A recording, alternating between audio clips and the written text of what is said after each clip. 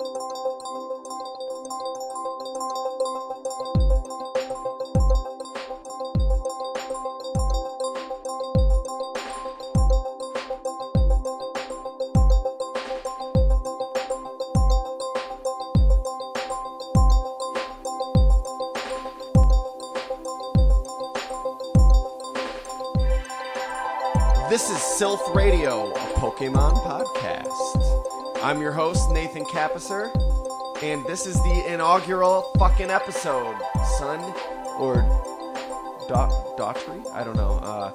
Whoever's listening here, the second Secret Room Multimedia podcast. You may be familiar with my other podcast, Fairpoint Podcast. It's another free weekly podcast on iTunes. We talk about all sorts of shit over there. Every week's a different topic, and I fucking love Pokemon. Pokemon comes up a lot. I've always wanted to do a Pokemon-centric podcast. Here the fuck we are. If you haven't gathered, this is not a child-friendly podcast. There should be an explicit label there warning you.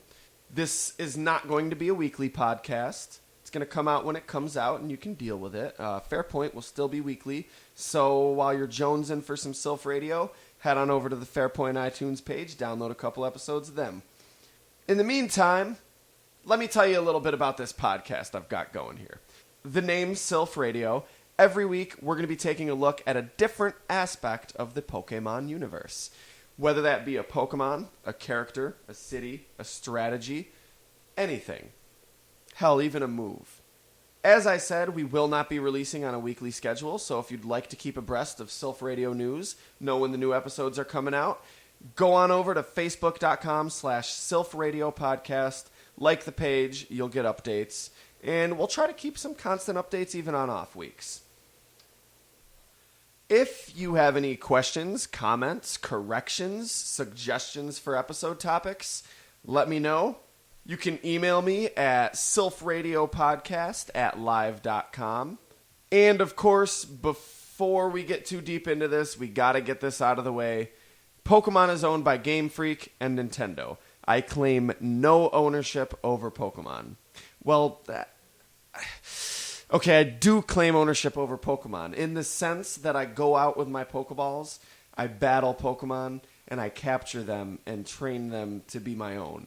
But I claim no ownership over the intellectual property. That's all Nintendo and Game Freak, but I am a Pokemon master, so I can get it straight. Anyway, each episode will feature myself, yours truly, as the host, and a guest host, or maybe even 2 or 3 guest hosts. I don't know. We'll see how it works out. That's the general format. Today's episode, I am joined by a very dear old friend of mine. He's played Pokemon for pretty much as long as I have. I'm pretty sure probably about exactly as long as I have. A couple years younger than me, but as long as we've known each other, we've trained Pokemon together. We've traded, we've battled, we've discussed. And we're going to do all 3 of those things except for trading and battling right here on this podcast. Mr. Phil Cobb. Philip Cobb, say hello. Good morning, everybody. It's not morning when we are recording this, and it's kind of presumptuous to assume it is when they're listening, but... All right, so since you're starting a Pokemon podcast, I have an interesting question for you that I actually haven't come up with an answer for. Who is the first Pokemon? You've got Bulbasaur, Rhydon, Arceus, or Mew. Ah, the question of the ages. I love it. I love that little logic problem there, that trick question. So, what's your answer? What's my answer? I don't know. Well, okay. let's break it down for everyone that doesn't understand. So we got first choice. Bulbasaur. Bulbasaur is the first Pokemon because he's number 1 in the Pokedex. And there you go. He's Pokemon number 1. He's 01 Bulbasaur. 001, if you will. Second choice Is Rhydon. I don't know what his dex number is, but it's nowhere close to 001. He's on the list because he was the first one confirmed to be programmed into the games back in Red and Blue. Fair enough. Third choice. Mew. And Mew, of course, is listed in the Pokedex as being the mother of all Pokemon. The ancestor of all Pokemon. Yeah, however, we can trust old Mr. Fuji. But, the fourth answer would be Arceus, who's reputed to be the god of, all creation. Yeah, Arceus pretty much created the universe, right? So, and everything in it. That's what the Pokedex says. So, where do you side? Personally, I'm going to sit with I don't know. I'm kind of caught between Bulbasaur and Arceus. Where do you stand? I guess legitimately, if you really want me to answer that, Arceus. That seems fair. I created everything, therefore I'm first, blah, blah, blah. I don't know. I always took things from a more analytical perspective. And you can say, yeah, Arceus was there first, but the first thing cataloged would have been Bulbasaur. Why Oak, I'm assuming this has always been Oak's endeavor, is questionable to me why he chose Bulbasaur first, but he did. So you think that was the deal that, Oak invented the Pokedex, so yeah. I don't know. That doesn't necessarily mean he was the first Pokemon discovered. People have known about the first 150 Pokemon at least, and tons of the other ones for thousands and thousands of years. But they didn't start cataloging them in a Pokedex until Professor Oak invented it. So that was the first one he cataloged. Yeah, but you look at it from a perspective of, you ask somebody on the street who's the first Pokemon, everyone goes, 001 Bulbasaur, which is the typical answer. But if you take it down, you just break it down and look at it. Break it down. Yeah, something like that. The Pokedex, you look at Oak. Oak is in Pallet Town. The first 3 Pokemon you have access to are the first 3, I guess you would say, families listed in the Pokedex. Because I'm wondering if he just went okay, I've got these 3, so that's 1, 2, or 1, 4, and 7. And then he was like, oh, look, there's Radiches and Pidgeys. They're next. Oh, look, there's a Spearow. That's next. Oh, look, blah, blah, blah. And he just went along like that. It kind of makes me wonder if it's a flawed entry now that I think about it. Well, obviously then Oak cataloged the Pokemon from a biased perspective, but he had to choose somewhere to start, so he started around his hometown. Obviously, he has an affinity for Bulbasaur, Charmander, and Squirtle. Those are the Pokemon he offers to beginners, Or he really hates them, and that's why he's giving them away. You figure if he really liked them, he could have bred them. He could have bred them and had more and been like, yay, Squirtle's for everybody, because Squirtle is the best. Fuck Bulbasaur. You don't think he does? No. You fucking look in Red and Blue, there's a Pokeball still sitting on the table. I'm not going to go take this to the breeding center that hasn't been invented until the next generation yet. Well, no, come on. In storyline, Phil, let's be legitimate here. That's a video game. Yeah. The breeding plays Pokemon bred before second generation of Pokemon games. Did not. Show me a level 1 egg. It's been the same Pokemon forever. Yeah, sure. But there wasn't no breeding center till Johto. Yeah, go me. There isn't one in Kanto. Kanto didn't have one, at least not back then. Yep, not back then. So he should have thought about it. That doesn't mean Pokemon didn't breed, Phil. You're being ridiculous. I'm being ridic. Yes. So, if you haven't gathered from, the episode title, today's episode topic, Bulbasaur. Still not as good as Squirtle. He can definitely whoop Squirtle's ass. Oh, only if he's got Vine Whip. Oh, I see what you did there. Only if he's got Vine Whip? Yeah, it's kind of more of his trademark move. You're like, oh, yeah, Solar Beam. And I'm like, yeah, okay, I guess. But he just feels more... Maybe it's because when I was young, he was doing that in the anime. And that's kind of why I see him as the quintessential Vine Whip user. It just never really struck me as something that he does. I feel like Bellsprout could do it better. And I don't like Bellsprout. My Bulbasaur's got to have Razor Leaf and Vine Whip. So yeah, we're talking about the little green dinosaur with a root or a plant on its back. It eventually grows into a flower when he grows up. But my thought is, what's actually inside that bulb? Oh, we're going to get to that. We're going to get to that in depth. So without further ado, let's move right into this episode. Bulbasaur. National Pokedex number 001, as we've mentioned. Known in Japan as Fushigi Dane, which means literally, isn't it strange? And it also means mysterious bulb. Seed. Or seed. It's one of those words. Because our Japanese is completely polished. And as we mentioned, he's one of the 3 starter Pokemon offered you by Professor Oak in the Kanto region. If you are a beginner trainer who's getting your starting Pokemon from Oak. He's classified as a seed Pokemon. And interesting fact, the only other Pokemon with this classification is... Sunkern. There you go, Phil. Damn. I'm sorry I ever doubted my knowledge. Phil does not have notes. Phil did not research. That's straight from the fucking dome right there. From the dome. Right. Alright, so, yeah, seed Pokemon shares its classification with Sunkern, but other than that, they're really not that very well related. Sunkern pretty much sucks. Bulbasaur's kind of awesome. Another interesting thing about Bulbasaur is that Bulbasaur is the only dual-type starter Pokemon. Now, I know a lot of starter Pokemon evolve to dual types, but Bulbasaur is the only one that you get at its baby stage with more than one type. Grass and Poison is Bulbasaur's type, of course. I was trying to disprove that statement here for a few seconds, but I can't think of anybody, so yeah, I guess that's right. It is. Yeah, the first time I heard that, I was like, no way. Oh.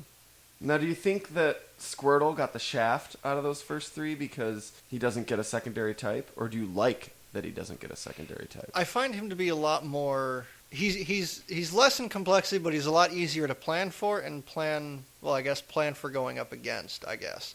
So, I mean, in a sense, yeah, but what type can you really give a starter back in the first generation that was really going to either help him out? I feel like everything would have screwed a water type over. Fair enough.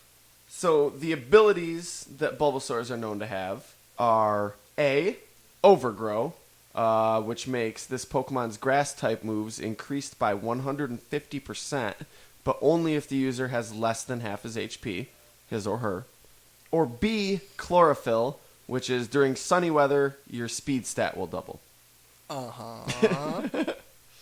Which do you prefer, Phil? Overgrow or Chlorophyll? Well, it's very dependent on what kind of team I'm running. If I'm running Sunny Day, obviously I want Chlorophyll because you can give growth on him and he skyrockets in speed, attack, and special attack, which makes him an amazing mixed sweeper, but it's entirely dependent on Sunny Day. And a whole turn for using growth. Are you a Time Lord? What happened there? What was that? Nothing. I don't know. I was just trying to play off of your accent. But, I don't know. I mean, Overgrow... Your neck looks cold. Do you want to borrow my scarf? No. Those base like Overgrow, Blaze, Torrent, those always felt sort of lackluster to me. Because, I don't know, I've always been at the point where if your Pokemon gets to half HP, he's way below half. He didn't just barely get there. And, I don't know, just 1.5, it's normally got a 50% boost on it for being his type. Or, I don't know, it just really felt like it didn't add up to be a whole lot. Or I never found a lot of use out of it. So, I mean, between the two, I'd probably run Chlorophyll. Just on the off chance that I'm double battling and I've got, like a Drought Ninetales or a Drought Charizard or something. There you go. We'll get into strategy a little more in depth near the end of the episode. Bulbasaur belongs to 2 different egg groups, Monster and Grass. The interesting thing about that is that Bulbasaur is able to mate with either of the other 2 Kanto starters, which is kind of creepy. Yeah, the whole thing about Pokemon mating is kind of creepy, but it's very possible Pokemon don't have sex. I've heard that proposed. What, you mean like fish where they just lay eggs and the other one jizz bombs it? Let's not go down this. We'll go down this route in the breeding episode. Bulbasaur clocks in at 2 feet 4 inches, weighing at 15.2 pounds. Weighing 15. Yeah, whatever. I would throw it in there that the Pokedex isn't really something that can be trusted as far as height and weight, because a Skitty can mate with a Wailord. And depending on which gender is which, that could get very hairy very quickly. Like I just said, maybe they don't. We're going to talk about this in the breeding episode. No Skitty and Wailord mating this episode. Okay, maybe just a little bit. So Skitty can mate with a Wailord, you say? Yes. All right, no, that was it. And that was it. That's the cutoff. If you're not familiar with Bulbasaur, it's teal colored. He's got dark green spots, very similar to like a toad or a frog. Just Google it. It's also kind of similar to like a mammal-like reptile or a dinosaur, of course. Red eyes, a big leafy bulb on its back, clawed feet. It's able to stand on its hind legs or on all fours. And shiny Bulbasaur are lime green with a darker colored bulb on their back. Right, which if you're trying to come up with that, because you don't for whatever have the internet, if you're a kid, think Land Before Time. All right, Littlefoot, take away his neck, take away his tail. If you're a kid... Shut up. Kids, if you're a kid, no. Turn off this podcast. Go watch the Pokemon show. Better yet, play the game. You just advocated kids to watch the show. I'm disappointed in you. As we've mentioned, Phil's a big fan of the fact that Bulbasaur can extend a pair of vines from the bulb, and he can also fire leaves from its back. I think they come from like around the bulb. The bulb also contains numerous types of seeds stored in it, and it has the ability to suck large amounts of air into the bulb at one time. Makes perfect sense. Apparently, now this is something that's really interesting to me that I don't think a lot of people think about. The seed that forms the bulb is planted in Bulbasaur's back at birth, presumably by one of its parents, I assume. This has never been made clear. Or because the seed is a parasitic life form. That's the only thing I can think of. I mean, if you got a baby and it's born, and then you try to put like I don't know, what is going to be foreign to it into its body should reject it. So I think it's I don't know if it's so much planted there as it was just there and it grows to become a bulb. I don't know if it was always there. No, it is planted there. That much is made clear. Or who said that? By who? The Pokedex. All sorts of in-game information. Uh-huh. It doesn't make it clear who. I think it must be their parents. It must be a seed that comes from one of their parents that they plant in its back. I think since I hatched an egg and the bulb is already there, it's just part of him. No, it was planted there by its parents, man. It's legit. That's in the Pokedex. Well, it would have to be by its mother, because the father can be anything in the, monster or grass egg group, so the father clearly had nothing to do with it. So it must be its mother, yeah. Okay, What if its mother's a Ditto? Then you wouldn't... You get a Bulbasaur with no bulb. That would be great. A naked Bulbasaur. Oh my god, the poor thing. That would be like on commercials in the Pokemon universe with like Sarah McLachlan, like, oh. That's actually Celine Dion, isn't it? I don't know, but yeah, it's kind of depressing. I mean, he'd be all like in a cage and stuff, and let's see, who would This Bulbasaur needs your money. That opens up a lot of questions for genetic experimentation. If you deny the parents access to the child at the moment of birth, you have a very odd-looking Bulbasaur. No, I wouldn't say it dies. I think it would, because Bulbasaurs don't consist mainly on food. They consist mainly by like photosynthesizing and stuff. Well, they should still be able to photosynthesize without this big, giant parasitic flower on their back. No, that's the main vehicle of the photosynthesis. If it was necessary for its existence, it would be in its genetic structure. It would not need to be planted on the creature itself. According to like the Pokedex and shit, the creature does have to eat, but not often. Well, there you go. No, dude, it subsists mainly on nutrients gathered by the bulb, especially in its youth. And it can go days without eating because it doesn't have to, because that's how much nutrients that bulb gathers for it. I still find lots of conflicting information. If it's from a scientific standpoint, a creature cannot be born in a way that is contradictory to its survival, i.e., without a bulb. This is a different universe. Still, why would your genetic genes make your child unable? Genes? As opposed to your Levi's. As opposed to like your Rude jeans or your Levi's. Yeah. Why would your genetic structure dictate you to be born in a way that is insufficient to your existence? The Bulbasaurs would have died out a long time ago. I feel like the bulb is there at birth, and because they don't understand how a plant, I mean the scientists in the Pokemon U. A lot of Pokemon have much more strange origins than that. Such as, I don't know, fucking Garbodor, Cubone, who's supposed to always be wearing its mother's skull, even though we've seen that to not be true. But we'll talk about that in the Cubone episode, because I have my own opinions on that. Oh, yeah. Well, Cubone is obviously Kangaskhan's offspring. How about the fucking Yamask and Kofagrigus used to be people. Like, yeah, and I'm saying.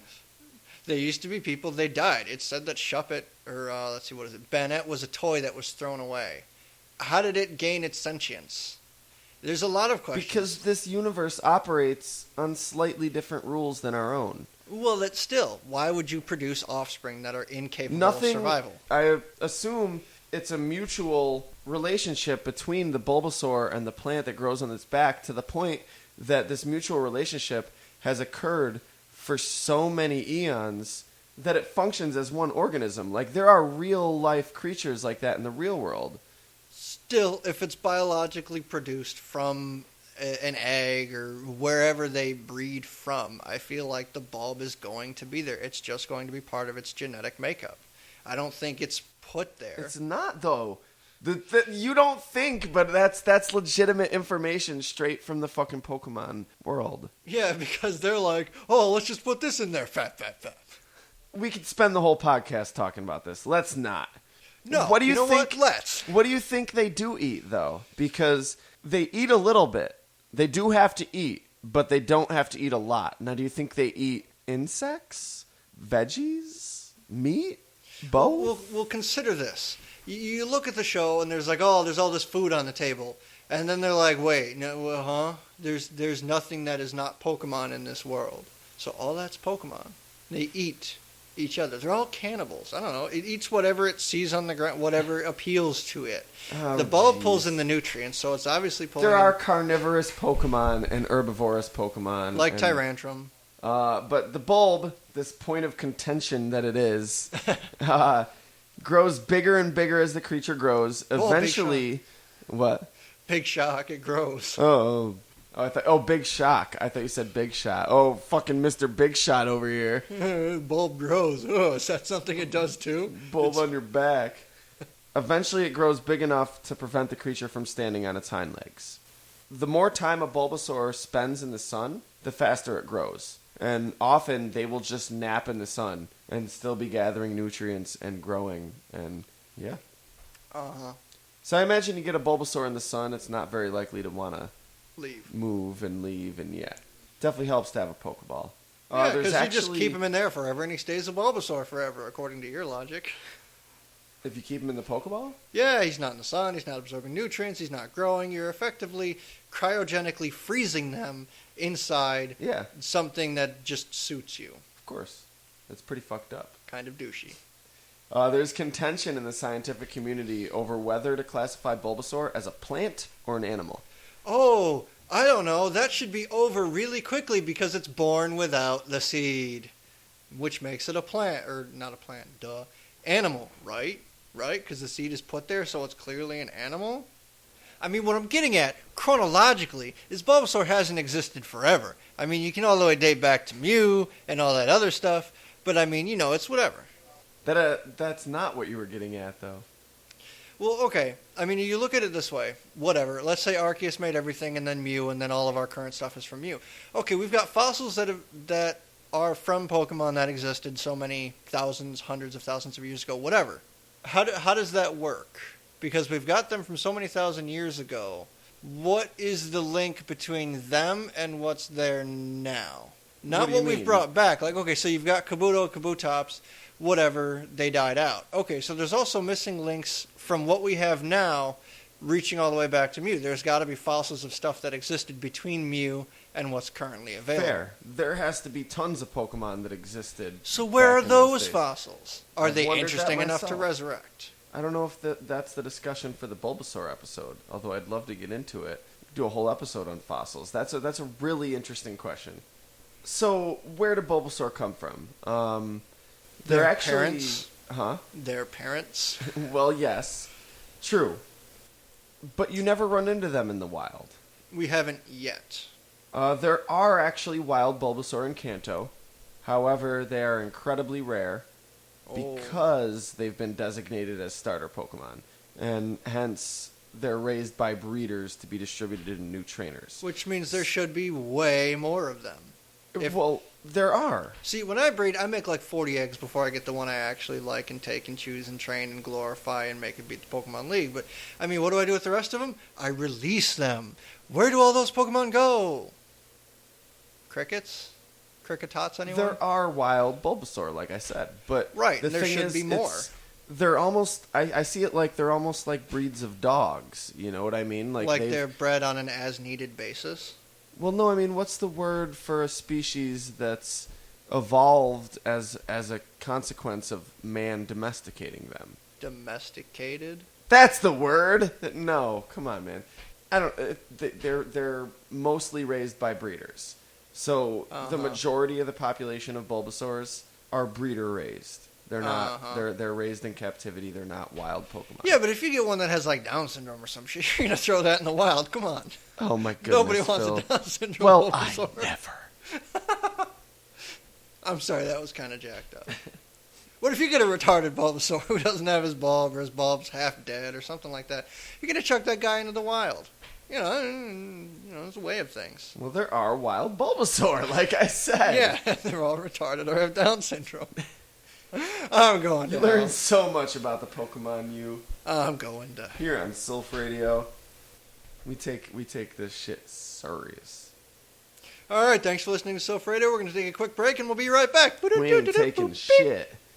Once a year, actually, there is a gathering of wild Bulbasaur in a hidden garden in Kanto. How do they know where it is if it's hidden? How do fucking birds know where to go where they go? It's instinctual, but how do we know it exists if it's hidden? Because we're metagame, Phil. Oh, yeah, let's God mode this shit. Yeah, Pokemon, yeah.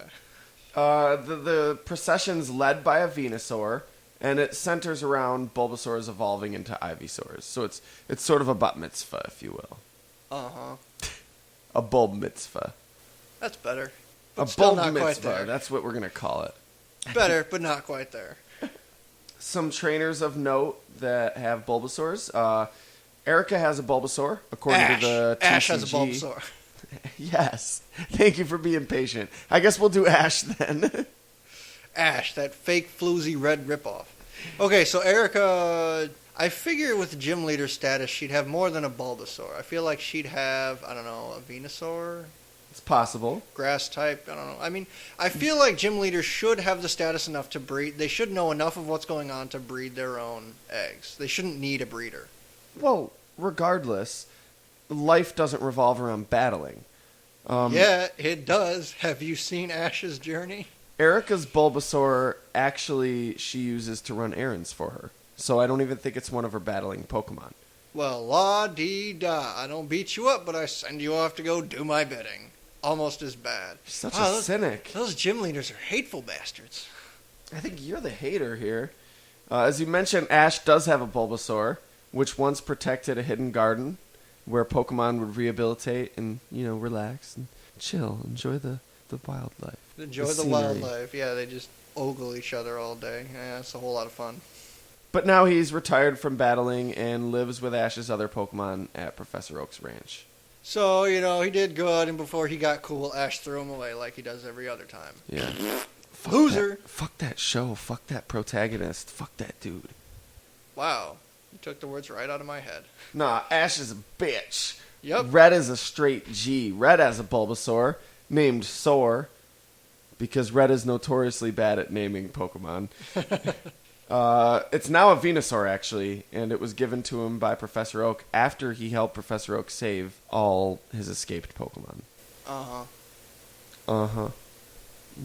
Yep. Yep. Uh-huh. Yep. So Bulbasaur evolves to Ivysaur at level 16? No? There you go! Oh my god, never doubt the fucking mind of Phil. That shit's like it's like a lock box. You just put Pokemon shit in there, and it's a locked box. There's other stuff in there, trust me.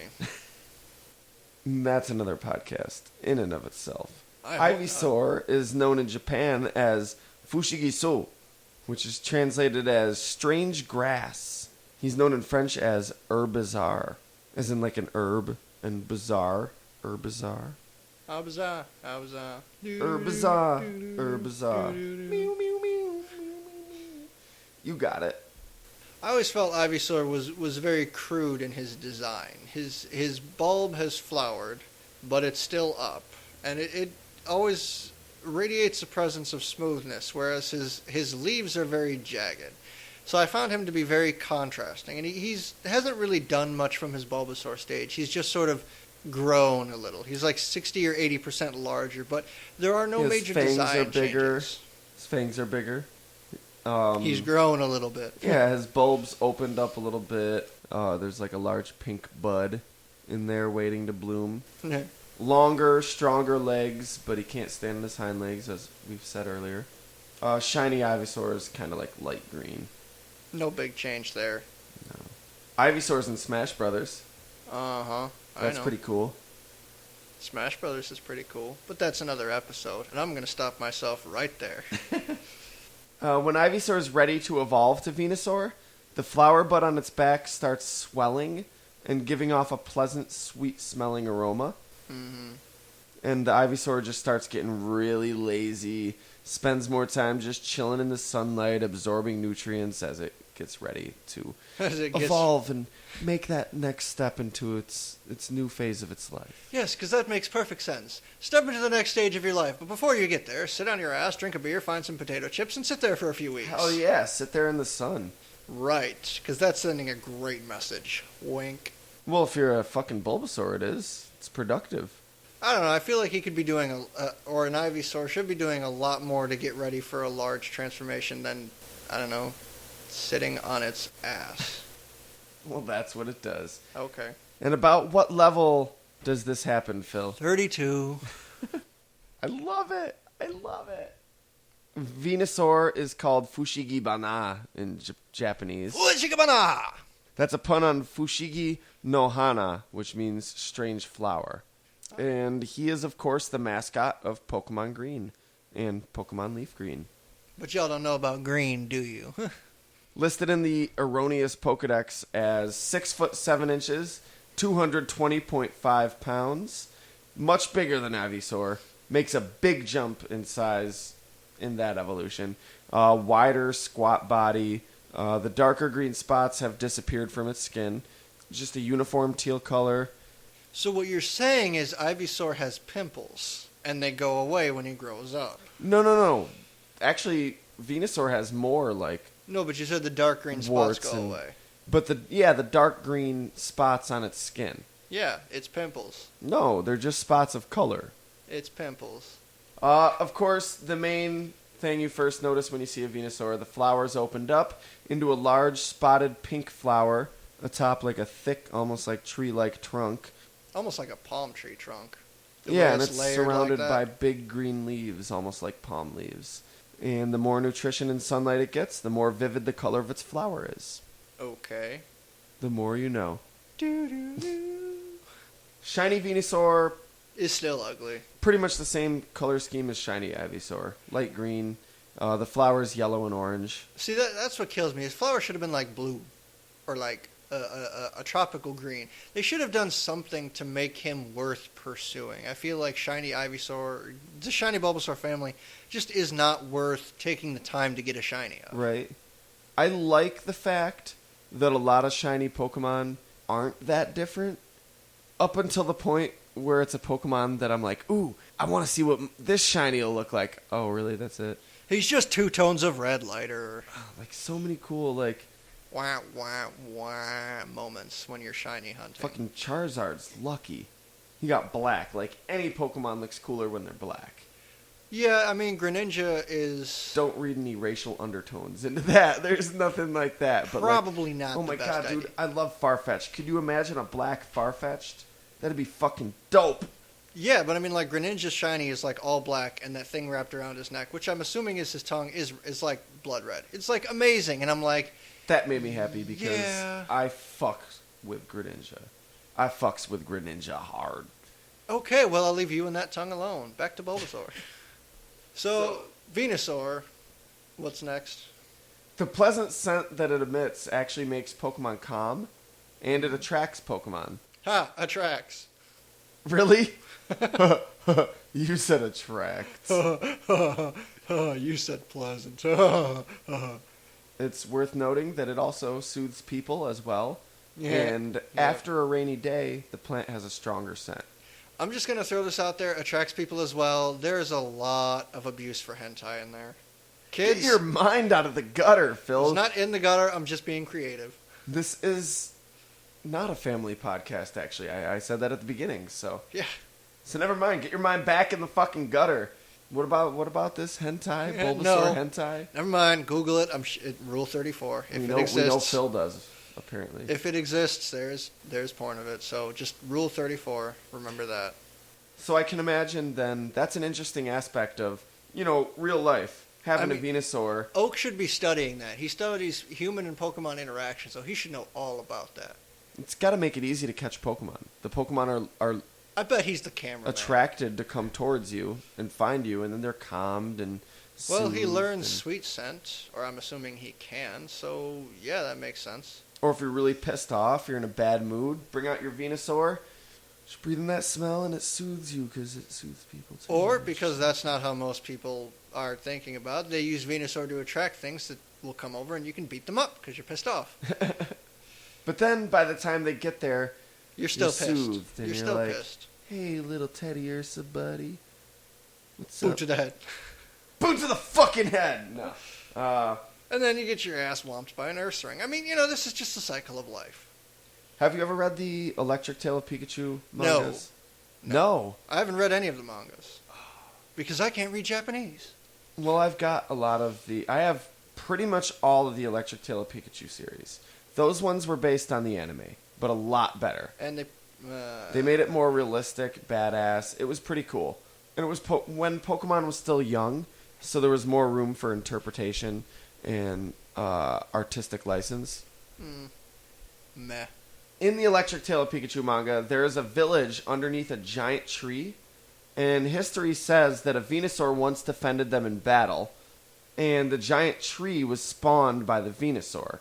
The Venusaur became a guardian spirit and pretty much lives in the top of the tree. If you were to travel up into that tree, as Ash's Pikachu, Bulbasaur, and maybe one or two other Pokemon did, I think maybe Squirtle and Charmander, I don't know, you would see an actual twisting of branches together, greatly resembling a Venusaur, near the peak of the tree. And what was the name of this city? They never named it. Oh, the great unnamed city with a Venusaur on top of it. Oh, come Venus visit on your City. vacation. Venus City. Really, that's the best you've got. Venus City. All right. Moving on. Not Venus City, Venus City. Moving on. So, Phil, what happens if you expose a Venusaur to Venusaurite, which is this rare stone that can be found? He blows up. Exactly. Don't ever expose your Venusaur to Venusaurite. He blows the fuck up. This is going to be great. No one's ever going to be able to beat my Venusaur because no one's going to know that doesn't actually happen. Sure it does. When you crack open the Venusaur, it creates a vacuum, and when you go in a vacuum, you blow up. No, but really though, Phil, what happens when you expose a Venusaur to Venusaurite? He mega evolves. He digivolves. Venusaur He goes digivolves to Super Saiyan Venusaur. Mega Venusaur. Or SSJ Venusaur. SSJ Venusaur. I like that way better. I don't know, intellectual property of, Akira Toriyama, maybe? So over a foot taller at 7 feet 10 inches. Hot damn, you throw a rock at him and he grows a foot. And over 100 pounds heavier at 342.8 pounds. Mega Venusaur gains like a topiary of ferns and vines above the four leaves on its back, as well as a pink flower on its forehead, and like dark green spots on its snout like it used to have when it's younger. Now, see, kids, this is what happens when you throw your Down syndrome Bulbasaur into the world. It ends up like that. If it finds Venusaurite. It plasters Phil, a we're flower. going to get like so many complaints. There's nothing wrong with having Down syndrome. Oh, I know. Well, I actually, know. there is. I'm sorry. Why would I say that? That's such a horrible instance. It's an additional chromosome, but it's not like there's anything quote-unquote wrong with them. And I'm trying to be very politically correct as much as everything about me is against political correctness. Thank you, George Carlin. No, fuck political correctness. You should be respectful of people because it's cool to be respectful of people, and it's a good thing to do. Political correctness can eat a dick. Really? Yeah, really. This is what Bulbasaur brings us to? No. Yeah, really. Because if you're a fucking decent human being, you should just know to be nice to people and to not say things that might hurt another person's feelings. There's nothing wrong with someone with Down syndrome. Well, there's nothing wrong with them as a person, but yes, well, there that's is. the point that I'm trying to make. Is the reason it's called Down syndrome is because something is wrong, clearly.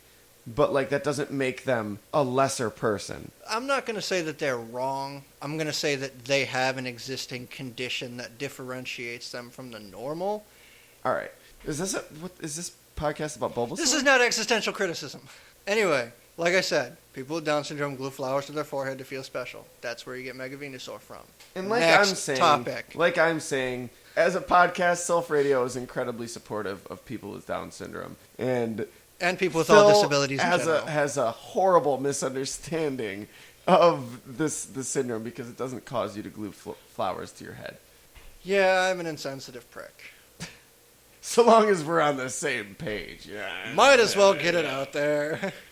So in addition to gaining a foot, 100 pounds, and Down syndrome, Mega Venusaur also gains the ability Thick Fat, which... Phil, you're an insensitive prick.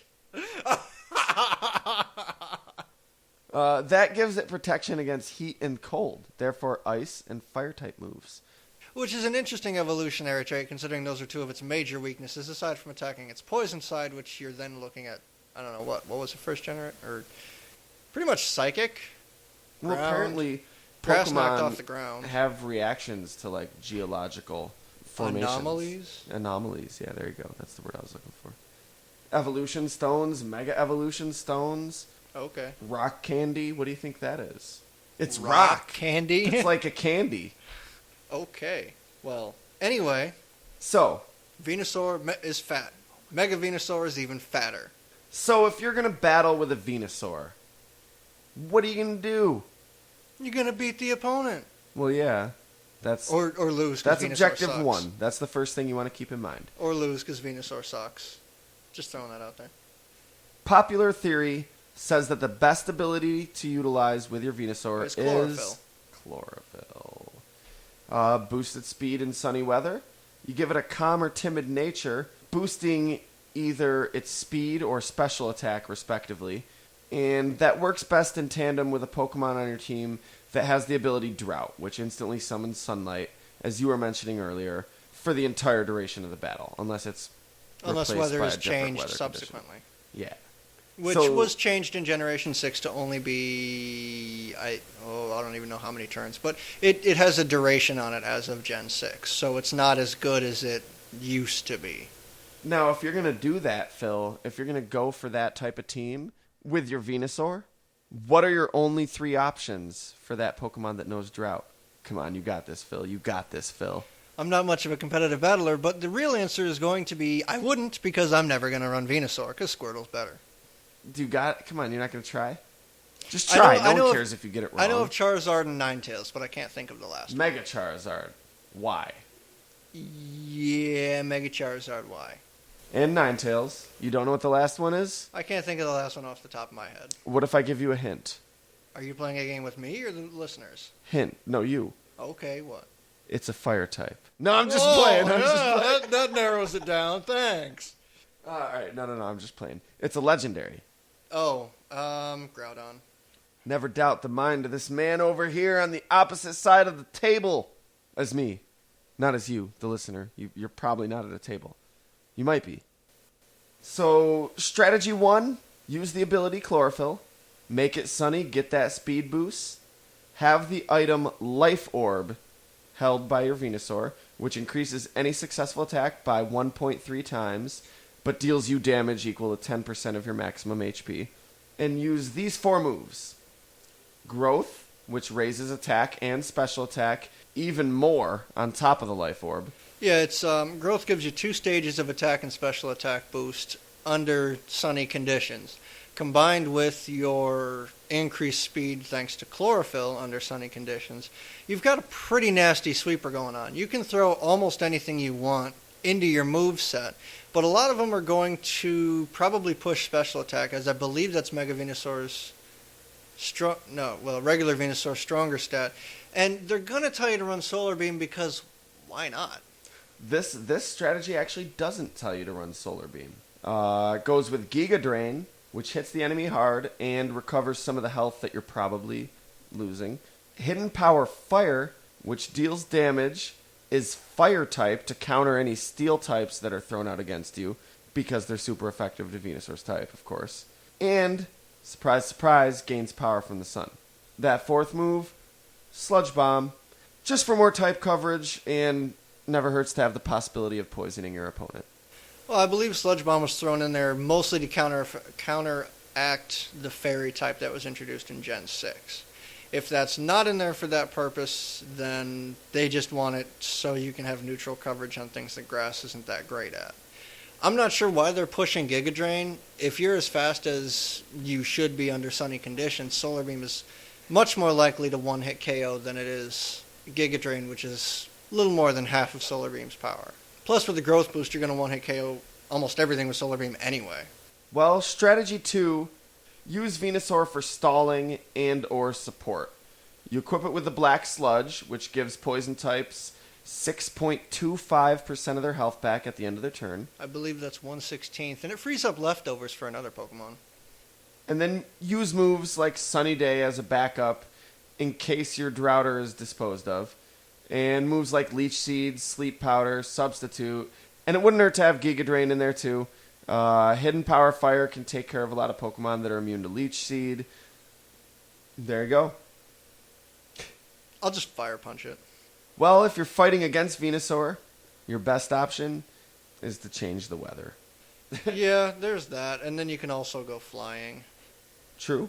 But it wouldn't hurt. If you're preparing to fight with somebody that you know is going to use Venusaur, change the fucking weather. Just Rain Dance them. That's why Blastoise is better. And that right there is the first episode of Silph Radio.